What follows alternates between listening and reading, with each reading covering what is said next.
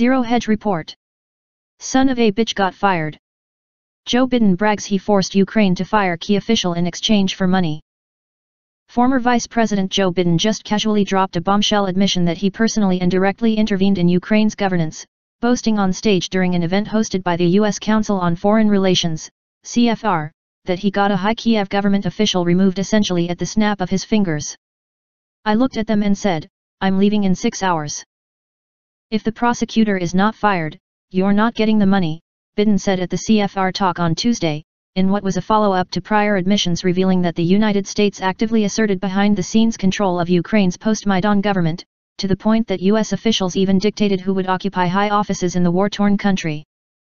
Biden confirmed what was only previously hinted at through an anonymous senior official who spoke to The New Yorker in 2016.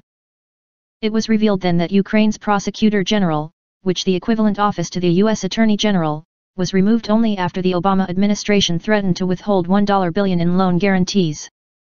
The prosecutor general at the time, Viktor Shokin, was previously supported by the US and much of the EU, but as the New Yorker described, after initially supporting Shokin, US and EU officials soured on him. Washington suddenly viewed Shokin, who had served 2 decades within the prosecutor general's office, as corrupt and unwilling to initiate crackdown in major financial scandal cases involving high-profile figures. Ukraine's chief prosecutor serves a term of 6 years and can only be appointed and dismissed by the president with parliamentary consent.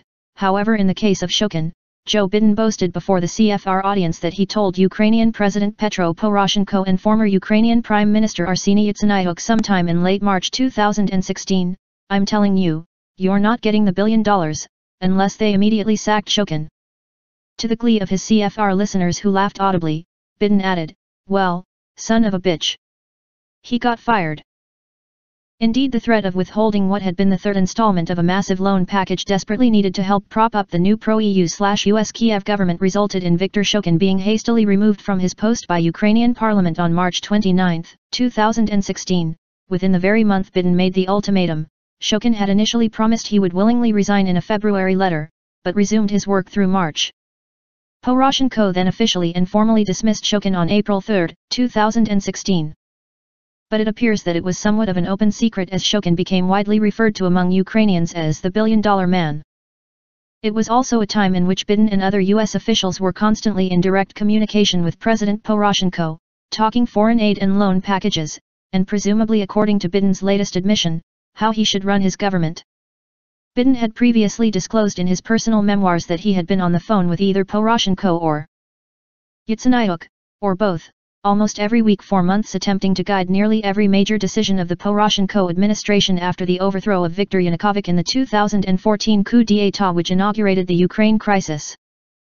As a reminder, in 2014, not long after Ukraine's US-endorsed and facilitated presidential coup, Joe's son Hunter joined the board of directors of Burisma Holdings, the largest private gas producers in Ukraine, incorporated in Cyprus, a European tax haven. Elsewhere in Tuesday's talk, Biden revealed that the Obama White House spent so much time on the phone making sure that everyone from former French President François Hollande to former Italian Prime Minister Matteo Renzi wouldn't walk away from anti-Russian sanctions. We certainly hope that Biden continues to open his infamously big mouth, as he will only further confirm, primarily through his penchant for boasting and self-congratulating, that the U.S. version of events, whether in Ukraine, Syria, or other parts of the world, spontaneous democratic revolutions championed by political figures who happen to take their dictates from Washington, etc., is nowhere close to the reality. Below is the full segment containing former VP Biden's Ukraine confessions during Tuesday's CFR speech.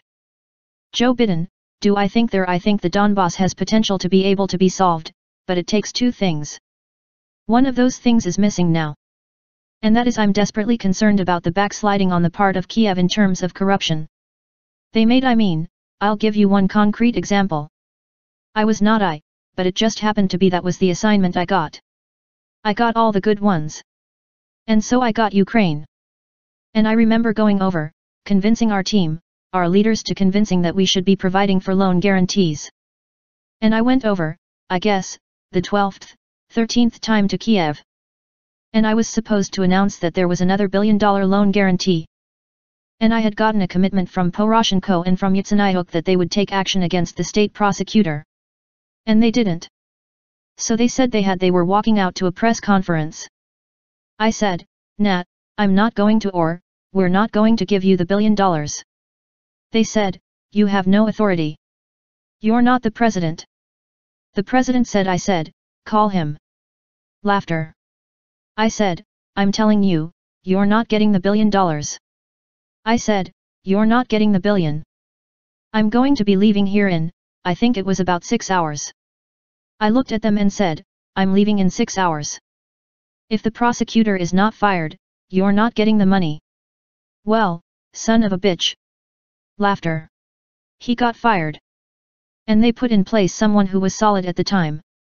Well, there's still, so they made some genuine substantial changes institutionally and with people.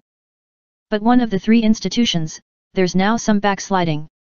Lock him up now, scum. For more Robot Daily News, like and sub.